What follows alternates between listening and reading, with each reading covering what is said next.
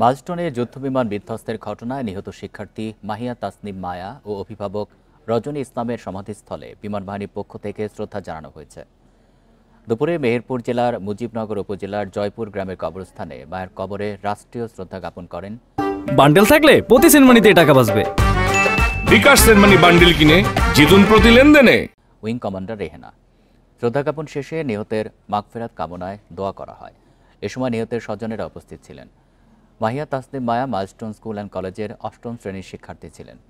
এদিকে কুষ্টিয়ার দৌলতপুরে গৃহবধূ ও অভিভাবক রজনী ইসলামের কবরে শ্রদ্ধা জানিয়েছে বিমানবাহিনীর একটি প্রতিনিধি দল।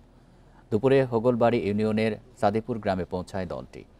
এ সময় তারা নিহতের সন্তানসহ পরিবারের অন্য সদস্যদের সঙ্গে কথা বলেন। গত ২১ জুলাই দিয়াবাড়িতে মাইলস্টোন স্কুল অ্যান্ড কলেজে বিমানবাহিনীর একটি প্রশিক্ষণ বিমান বিধ্বস্ত হয়ে গুরুতর দগ্ধ হয়ে মৃত্যু হয় তাদের।